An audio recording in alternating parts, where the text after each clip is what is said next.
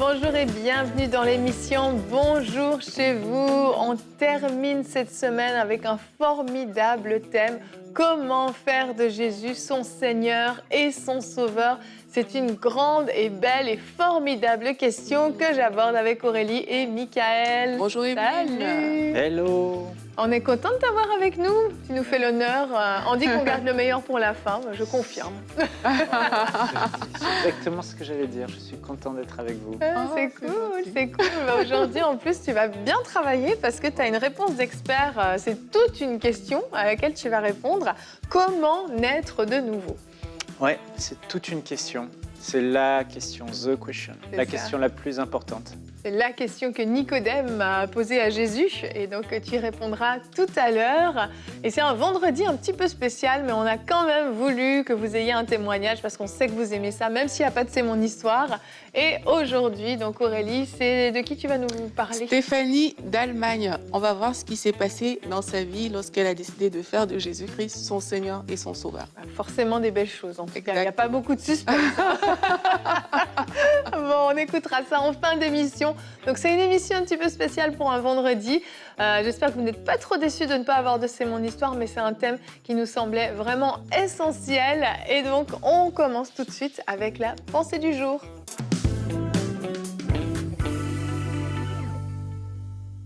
Faire de Jésus-Christ le Seigneur et le Sauveur de sa vie, c'est la plus belle décision qu'on puisse prendre dans une vie.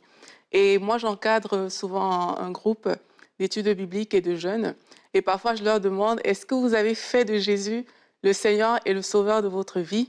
Et quelquefois, ils me disent, oui, la plupart du temps d'ailleurs. Et je leur demande, c'est quoi Sauveur? C'est quoi Seigneur? Et à ce moment, je remarque qu'ils ne savent pas ce que signifie le mot Sauveur ni le mot Seigneur. Et quand on explique par la suite, c'est là où pour beaucoup, ils en arrivent à finalement donner leur vie à Jésus-Christ. Et c'est aussi l'exercice qu'on va faire aujourd'hui tout simplement. Vous qui nous écoutez, est-ce que vous avez réellement fait de Jésus votre Sauveur et votre Seigneur? Il vous a sauvé de quoi au juste? Est-ce que vous pouvez répondre à cette question? Sinon, laissez, on va voir. Et peut-être à la fin, on pourra aussi, pour ceux qui ne l'ont pas encore fait, vous pourrez aussi donner votre vie à Jésus. La Bible nous dit dans Ésaïe 53, au verset 4, que cependant, en parlant de Jésus-Christ, ce sont nos souffrances qu'il a portées, c'est de nos douleurs qu'il s'est chargé, et nous l'avons considéré comme puni, frappé de Dieu et humilié. Mais il était blessé pour nos péchés, brisé pour nos iniquités, et le châtiment qui nous donne la paix est tombé sur lui, et c'est par ses meurtrissures que nous sommes guéris. Nous étions tous errants comme des brebis, chacun suivait sa propre voie, et l'Éternel a fait retomber sur lui l'iniquité de nous tous. Je vais m'arrêter là, mais on peut continuer. On voit ici que Jésus-Christ, notre Sauveur, il est venu sur la terre et il a été frappé à notre place. C'est de nos douleurs qu'il s'est chargé. Il a pris nos souffrances, donc les souffrances qui t'étaient destinées. Parce que toi, tu es né pécheur, comme la Bible nous l'explique. Les souffrances qui t'étaient destinées, la mort qui t'était destinée, Jésus-Christ a décidé de les porter sur une croix à ta place. Et lorsque tu dis, oui, j'accepte Jésus-Christ comme mon sauveur, tu es en train de dire, en fait, Seigneur Jésus, j'accepte que tu as porté mes souffrances à la croix. J'accepte que tu as porté mes maladies à la croix. J'accepte que tu as porté mon péché à la croix. Et là, tu es en train d'attester, en faisant cette déclaration, que ces choses n'ont plus le droit de t'atteindre. C'est ça, accepter Jésus comme son sauveur. C'est de dire, hier encore, j'étais pécheur. Hier encore, ma vie, c'était une vie de désastre, de péché et tout. Mais parce que Jésus-Christ s'est humilié pour moi, parce qu'il a souffert pour moi, aujourd'hui, alors que je lui dis, Seigneur Jésus, je t'accepte comme mon sauveur, la réalité de Jésus-Christ lui-même devient mon partage. C'est ça, je suis sauvée. Maintenant, Jésus-Christ, mon Seigneur, c'est très simple, je vais le dire simplement. Ça veut dire que tu décides de donner les rênes de ta vie à Dieu. Il devient le propriétaire exclusif de ta vie. Hier, peut-être tu étais dirigé par la pornographie. tu étais dirigé par toutes sortes de choses, par tes propres pensées, tu étais dirigé par plein de choses, mais tu décides qu'à partir d'aujourd'hui, je veux que le seul maître de ma vie soit Jésus-Christ et personne d'autre. Lorsqu'on comprend ces choses et qu'on se tient devant Dieu et qu'on dise, oui Seigneur, je veux faire de toi le sauveur de ma vie. J'accepte que tout ce que tu as fait à la croix pour moi est vrai et désormais, je veux que tu prennes le contrôle de ma vie dans tous ces aspects. Là, on accepte Jésus-Christ comme son Seigneur et comme son sauveur. Je vous invite aujourd'hui, si vous n'avez pas vous ne compreniez pas ces notions et que peut-être vous avez récité une prière toute faite sans le comprendre. Alors qu'aujourd'hui on parle de ces choses, je vous invite à ouvrir votre cœur à Dieu et accepter ce qu'il a fait pour vous et de lui remettre entièrement votre vie pour qu'il soit votre seul guide, votre seul maître. Yes, amen. Merci Aurélie. C'est tellement important ce dont on parle aujourd'hui. Et vous nous écoutez et peut-être vous vous dites, oui, moi j'ai fait une prière un jour, oui, je me suis approchée de Dieu, ou depuis que je suis enfant, je vais à l'église. Et puis on pense que c'est suffisant, mais il y a une étape, et on en parlera tout à l'heure, vraiment de cette nouvelle naissance. Et tu as parlé de cette distinction entre Jésus Sauveur et Jésus Seigneur.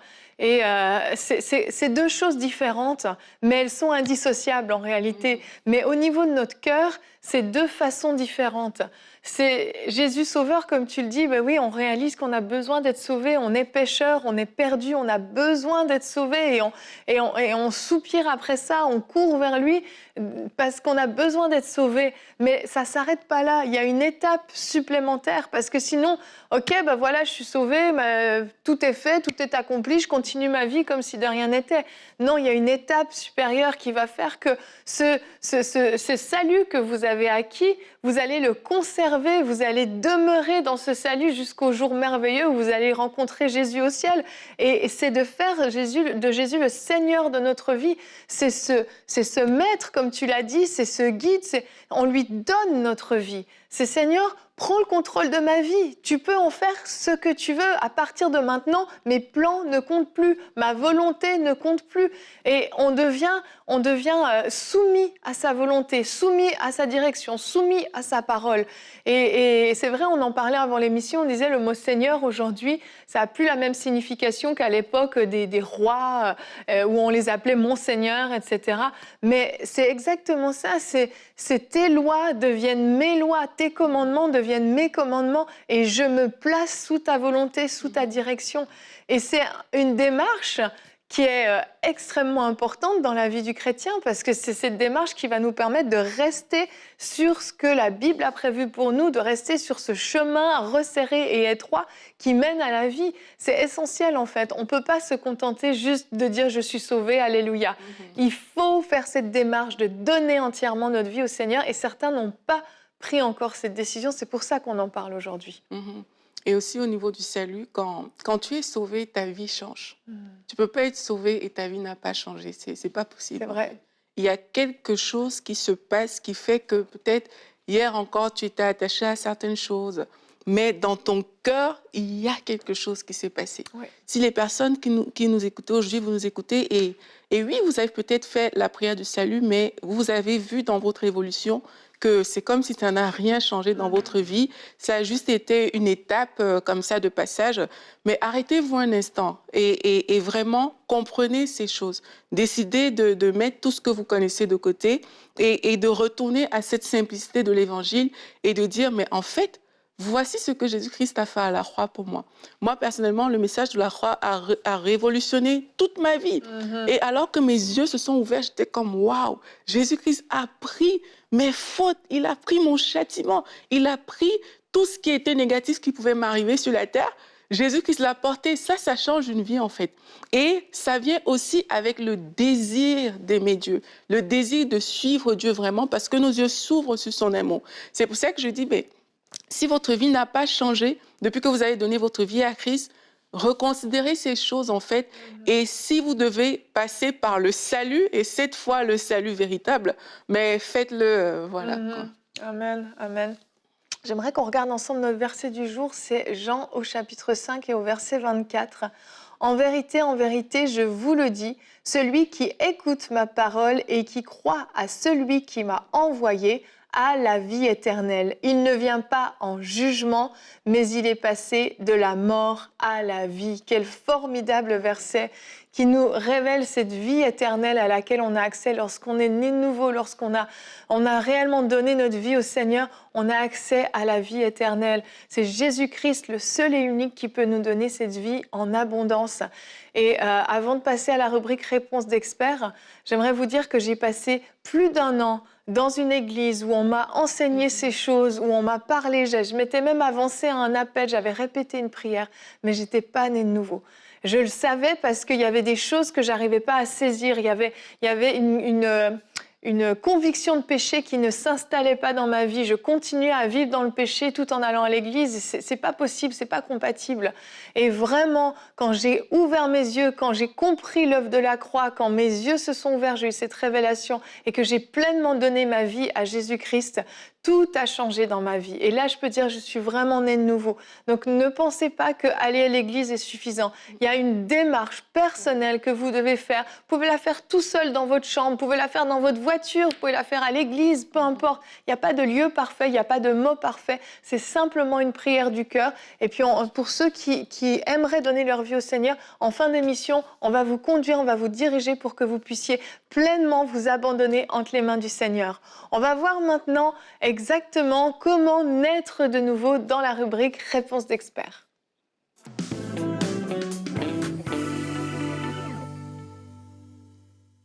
Alors, je vais répondre à cette grande question et je prie que vraiment, si cette question vous interpelle, comment naître de nouveau, que vous puissiez vraiment ouvrir grandement vos oreilles et surtout vos cœurs, l'ouvrir grandement et dire « Seigneur, si je ne suis pas né de nouveau, s'il te plaît, sauve-moi aujourd'hui, fais que je naisse de nouveau. » Parce que c'est, comme on l'a dit, la décision la plus importante qu'un homme puisse prendre. Il ne s'agit pas juste d'une décision qu'on prend pour quelques années, il s'agit de notre éternité.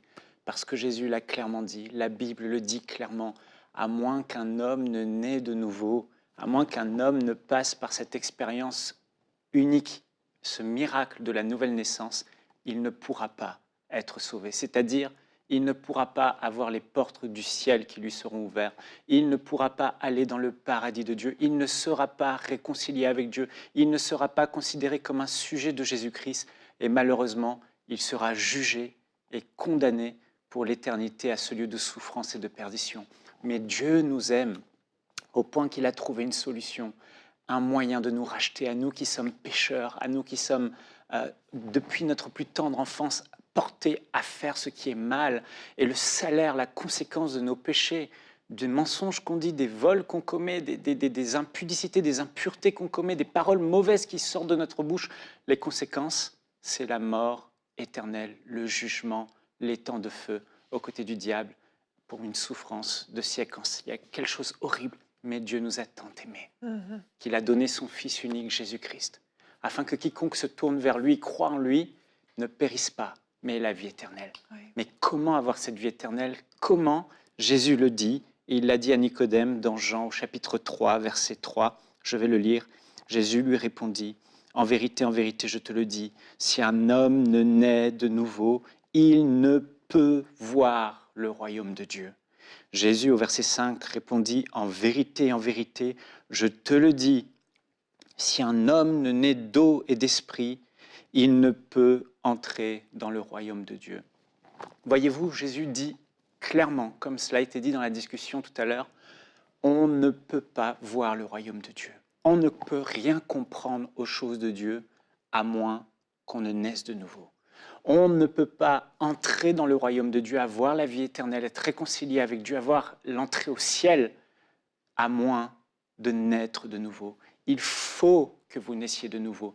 Toute doctrine, tout enseignement qui prône le fait que vous pouvez aller au ciel sans passer par cette expérience qui vous change à tout jamais, la nouvelle naissance, est une doctrine qui vient du diable, est un mensonge, une séduction qui conduiront des millions et des milliards de personnes qui pensaient peut-être avoir accès au paradis à la perdition. Parce qu'à moins, Jésus l'a dit, Si un homme ne naît de nouveau, il ne peut ni voir ni entrer dans le royaume de Dieu. Donc il faut que vous naissiez de nouveau. Comme cela a été dit, une prière ne suffit pas simplement. Aller à l'église ne suffit pas. Lire sa Bible ne suffit pas. Se faire baptiser d'eau ne suffit pas. Se faire asperger d'eau ne suffit pas. Accomplir de bonnes œuvres ne suffit pas. Il faut expérimenter cette expérience. On doit naître de nouveau. Et cette expérience de la nouvelle naissance vous change radicalement. Je suis allé dans tellement d'églises et j'ai vu tellement de personnes qui allaient à l'église et quand leurs yeux se sont ouverts, comme Aurélie le disait, ils ont réalisé ce que Jésus a fait. Ils ont réalisé qui est Jésus. Et là, lorsqu'ils ont compris, ils ont réalisé que toutes ces années, s'ils mouraient, ils n'étaient pas sauvés parce qu'ils n'étaient pas nés de nouveau. La question que tu dois te poser, rentre en toi-même aujourd'hui. Es-tu né de nouveau? Et si ce n'est pas le cas, prie de tout ton cœur, Seigneur, aide-moi, ouvre mes yeux. Je veux naître de nouveau. Je dois vivre cette expérience. Il doit y avoir un avant et un après. La nouvelle naissance, c'est cette expérience où l'homme pécheur a ses péchés pardonnés. Ensuite, le Seigneur, au même instant, après avoir pardonné ses péchés, recrée son cœur. Il avait un cœur dur, un cœur tenté au mal et poussé au mal, et tout à coup, il se retrouve avec un cœur rempli d'amour, un cœur tendre, un cœur qui aime Dieu, qui aime son prochain, qui est prêt à obéir à Dieu. Et la nouvelle naissance, c'est aussi l'Esprit de Dieu qui vient habiter en toi. Donc, tes péchés te sont pardonnés, ton cœur est changé, et l'Esprit de Dieu vient vivre à l'intérieur de toi. Et tu te retrouves à avoir une vie en toi que tu n'avais pas avant. Et cette vie produit d'une manière tout à fait naturelle des fruits de sainteté. Comme fruit produit la sainteté, l'amour et la vérité. S'il y a encore du mensonge dans ta vie, si tu demeures encore dans le péché, si tu n'es pas capable d'aimer ton prochain et d'aimer Dieu et de pardonner à celui qui t'a fait du mal, certainement, tu n'es pas né de nouveau et tu dois naître de nouveau. Un pommier n'a pas appris à faire des pommes et tu n'apprendras pas à vivre dans la sainteté, ça ne s'apprend pas. Tu n'apprendras pas à aimer, ça ne s'apprend pas. Tu n'apprendras pas à dire la vérité, ça ne s'apprend pas. En toi, si tu es né de nouveau, il y a une vie nouvelle. Et le mal que tu faisais avant, tu n'as plus envie de le faire, il te dégoûte. Et par nature, tu portes ce fruit. Comme un pommier, par nature, porte des pommes. Alors c'est important de le préciser parce que tout ce qu'on dit, si tu ne réalises pas que tu n'es pas né de nouveau, servira à rien. Alors si c'est ton cas, je t'encourage, ouvre ton cœur. Alors comment naître de nouveau? Pour naître de nouveau, il faut d'abord mourir. Pour revivre, pour naître, il faut mourir.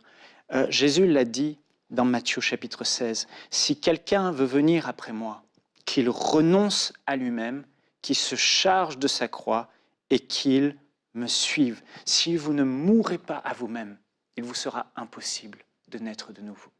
Il faut à un moment donné qu'il y ait une décision profonde dans votre cœur.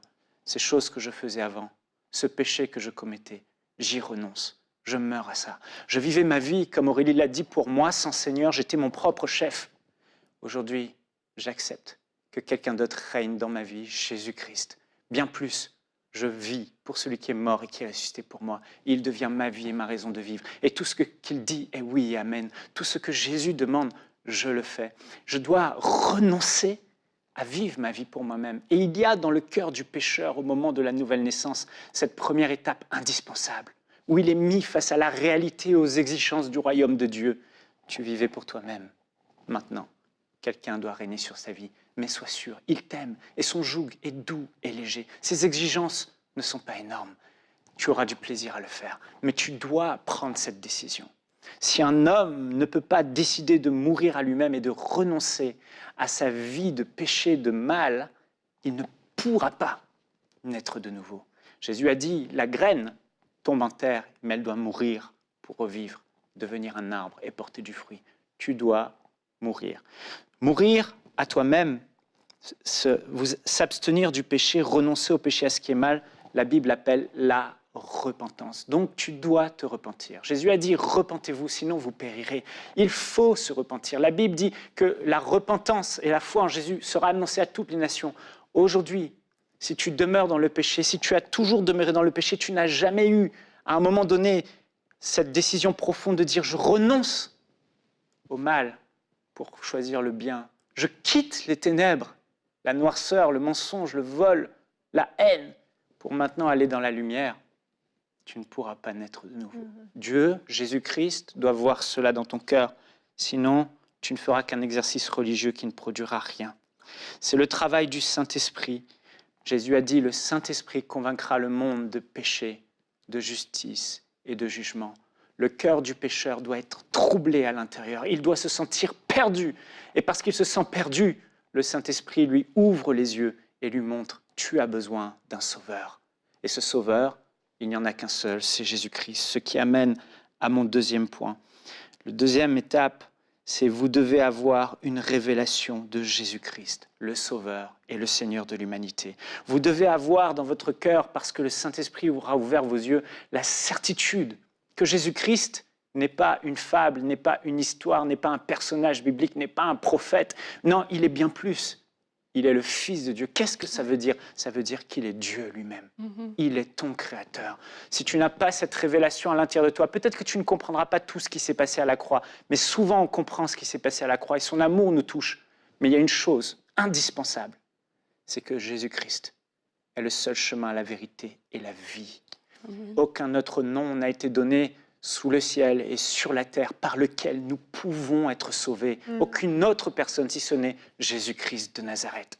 La Bible dit que tous les prophètes, Dieu atteste que Jésus-Christ lui-même a été désigné par Dieu comme celui qui est le juge des morts et des vivants. Celui qui te donnera la vie et pardonnera tes péchés, c'est une personne, c'est Jésus-Christ. Et il te faut vivre, après cette repentance vis-à-vis du péché, un face-à-face avec Jésus-Christ. Personne d'autre, Jésus. Et tu dois savoir qu'il est vivant dans ton cœur. Une fois que tu sauras cela, tu pourras, une fois que tu seras éclairé, te jeter aux pieds de ton Sauveur pour invoquer le pardon de tes péchés, invoquer son nom pour qu'il pardonne tes péchés.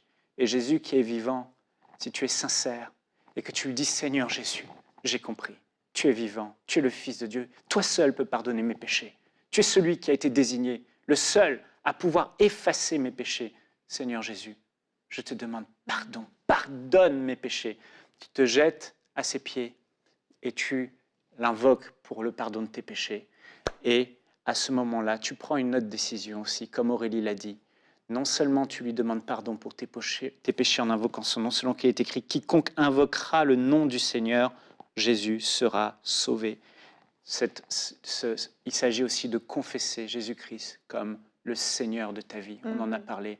C'est-à-dire que maintenant, ta vie, c'est Jésus-Christ. Maintenant, tu vis pour lui. Seigneur, ça veut dire qu'il est ton maître, il est ton Dieu, il est l'autorité suprême. Ça veut dire qu'il n'est plus question de toi, il est question de lui. Et il y a une lutte en toi quand tu veux naître de nouveau. Tu perds littéralement ta vie. Mais Jésus a dit, celui qui perd sa vie, la retrouvera. Il aura la vie éternelle. Donc oui, le salut semble être une porte étroite, un chemin resserré. Oui, ça l'est. Ça te coûte tout. Mais quelle extraordinaire expérience, la plus merveilleuse et la plus belle qu'il soit. Tu sais ce que tu perds, mais je peux te dire que ce que tu gagnes en recevant Jésus-Christ comme Seigneur et Sauveur est la chose la plus extraordinaire qui soit. Et je n'aurai pas le temps d'aller plus loin, mais je veux vous encourager à lire Actes au chapitre 2, l'Église primitive. En une prédication, 3000 personnes ont été sauvées. La Bible dit, ils eurent le cœur vivement touché après avoir entendu la prédication de l'Évangile. Leur cœur est touché, ils se sentent sales, ils se sentent pécheurs. Que devons-nous faire pour être sauvés? Ils disent à Pierre. Pierre leur dit, Acte 2, 38, lisez-le chez vous, s'il vous plaît, lisez-le. Repentez-vous. Il dit, Pierre leur dit, repentez-vous et que chacun soit baptisé au nom de Jésus-Christ pour le pardon de vos péchés et vous recevrez le don du Saint-Esprit. Ici, il parle de la nouvelle naissance. Vous recevrez le Saint-Esprit. Alors, repentez-vous et que chacun de vous soit baptisé pour le pardon de ses péchés. Le baptême d'eau, ce n'est pas l'expérience du baptême d'eau qui sauve la personne. Ce baptême signifie exactement ce que tu vis à la nouvelle naissance. Tu es plongé dans l'eau et tu ressors avec une nouvelle personne. Ta ancienne vie meurt au fond de l'eau et tu ressors. Mais Jésus-Christ, pour lui, il a donné à cet ordre aux disciples, écoutez, les personnes qui voudront être sauvées, baptisez-les dans l'eau.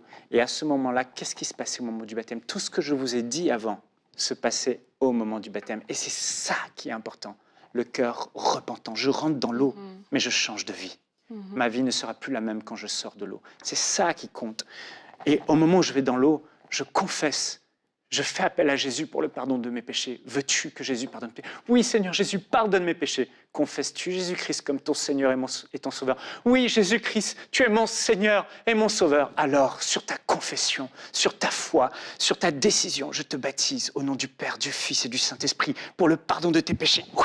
Et tu ressors et tu reçois le Saint-Esprit et tes péchés sont pardonnés. Alors, je suis pour que les prédicateurs retourne au modèle de Jésus-Christ. Quand quelqu'un croit, baptisez-le tout de suite. Et sa démonstration de foi et sa repentance sera évidente au nom de Jésus. Yes. Amen. Merci. Bon, vous savez désormais comment naître de nouveau.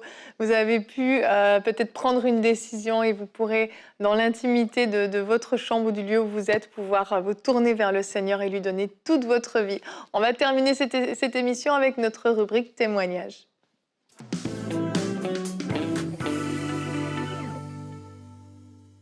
Donc, c'est le témoignage de Stéphanie de l'Allemagne.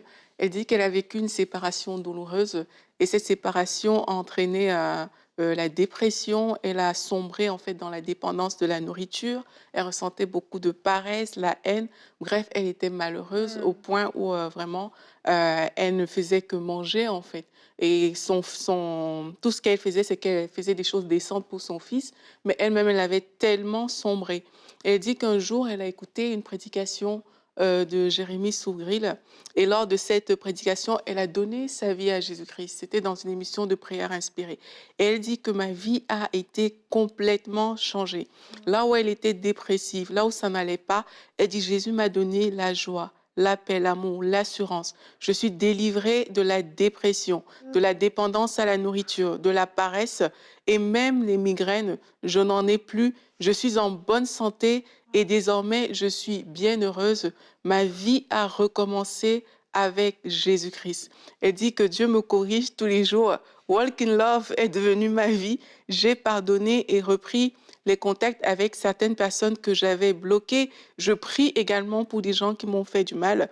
J'aime Jésus-Christ, je l'aime énormément et j'aime les gens autour de moi. Dieu m'a appris à aimer.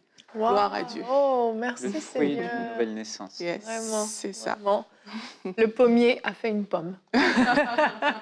Waouh, c'est tellement beau. Il n'y a pas de plus beau miracle que le salut. Merci Aurélie pour ce témoignage.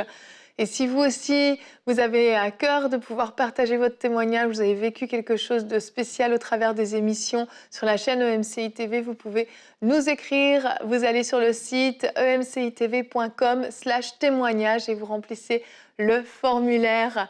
Merci à vous deux pour cette belle émission et nous nous réjouissons d'avance pour ce que le Seigneur a fait dans votre vie, pour les saluts manifestés au travers de ce qui a été partagé. Que Dieu vous bénisse. Je vous souhaite un très très bon week-end et un bon culte dans vos églises ce week-end. On se retrouve lundi pour de nouvelles émissions de Bonjour chez vous.